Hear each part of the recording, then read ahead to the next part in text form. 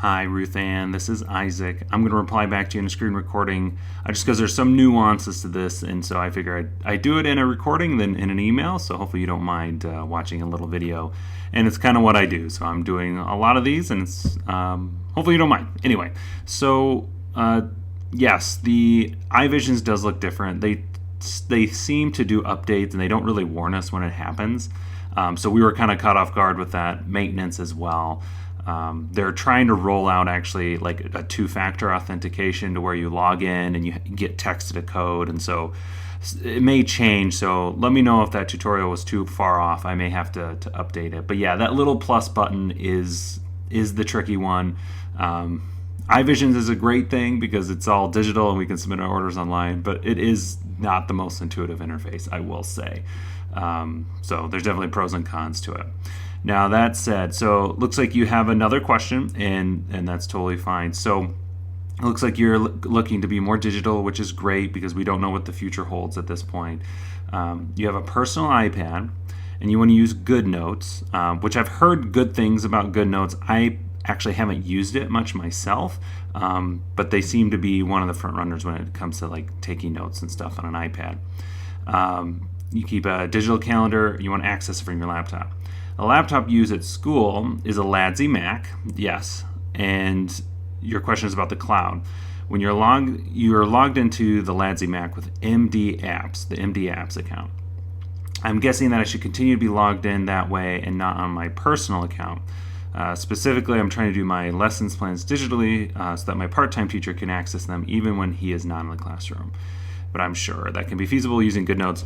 And if you tell me if you want a new Mac, I'm never going to stop you from getting a new Mac. I think the way Apple kind of designs things, the new Macs are really cool, and they do kind of nudge us that way when things aren't compatible. And I will talk about that here in a little bit. But first off, with the LADSI Apple ID with iCloud, I will say this, just a couple of notes. So that MD Apps account, the way things are moving is that there will be a day where the MD Apps account will go away. What I mean by that, I'm not going to delete it. It's not really going to be going away, but I'm not going to be handing out the username and password to employees because we're going to be moving more to a system where if someone wants an app, that app will be deployed, pushed out to that person. So instead of using the MD Apps account to purchase GoodNotes, you would put in a request, we would vet it to make sure it complies with state laws, and if it's approved, we'll push the app to you. Now that said, MD Apps account, the actual account, I'm not deleting it, it's just I'm going to stop advertising it here soon. So you can by all means keep using it.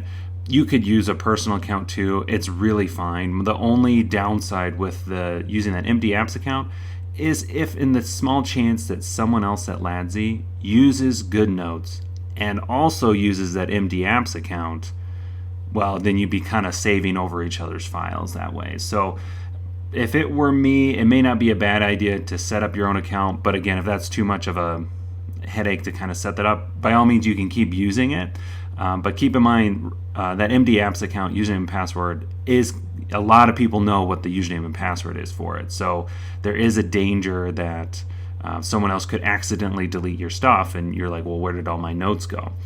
So kind of saying that out loud, I probably would recommend that you put that information in your own personal Apple ID.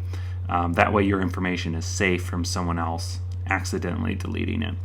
Now in terms, I was doing some Googling and it does look like GoodNotes, I'll show you here that they do store, because the question I had is, well, where does GoodNotes store that information? Where are the notes stored? And it does look like they do store it in iCloud, so it is linked to that Apple ID. So it is important that you and the part-time teacher would have access to that same account. So you could even make an Apple ID just for this specific purpose. But again, that might be more of a headache. It might be better just to make a classroom Apple ID. But anyway, I'm bouncing all over the place, so I apologize. But it does use iCloud in the background, and from what I could also tell, this is kind of leaning into, well, should I get a shiny new Mac or not? That depends, because when I'm at the GoodNotes website, they don't offer a web-based version of the app. It looks like they really push you to get the app for GoodNotes, and right now they're on GoodNotes 5 from what I can tell. and you have to use it through the app.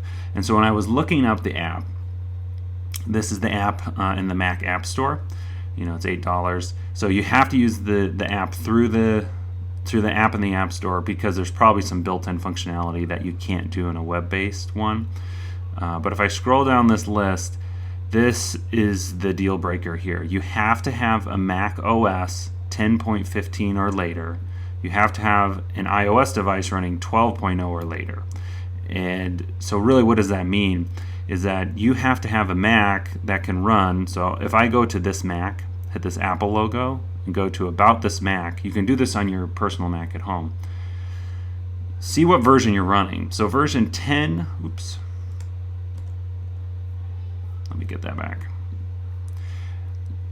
Version 10.15 is macOS Catalina.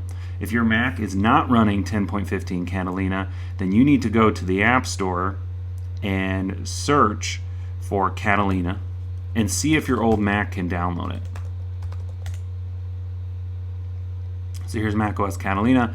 If you go here and you can download and install it, I would say no, you don't need to buy a new shiny Mac. However, if you go here and it says, sorry, your Mac is too old to install macOS Catalina, then I'm afraid, yes, I would recommend, if you want to use GoodNotes on that personal Mac, you will need a shiny new Mac at that point. So that's kind of the deal breaker if GoodNotes is kind of the most important app that you want to use, is the 10.15 feature here. The iPads 12.0 and later, that's really, I think even the original iPad Airs can still run that, and those iPads were made in like 2014, 2015.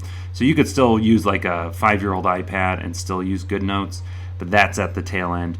The Mac, however, you got to be running the latest and greatest to use it. So anyway, I know I kind of rambled on a little bit, but that's why I wanted to do it in a video. Glad iVisions is working. I would probably recommend migrating that information over to a different Apple ID. That's what I would recommend for now. And then in terms of replacing your Mac, I would say if it can't run 10.15, then yeah, you probably should start shopping around for a new Mac, because even if you can't run GoodNotes, it's only a matter of time till the other apps aren't going to work either. So yeah, that's my take on it. Hopefully you didn't mind watching my ramblings in this video, and I hope you're having a good summer. All right, talk to you later.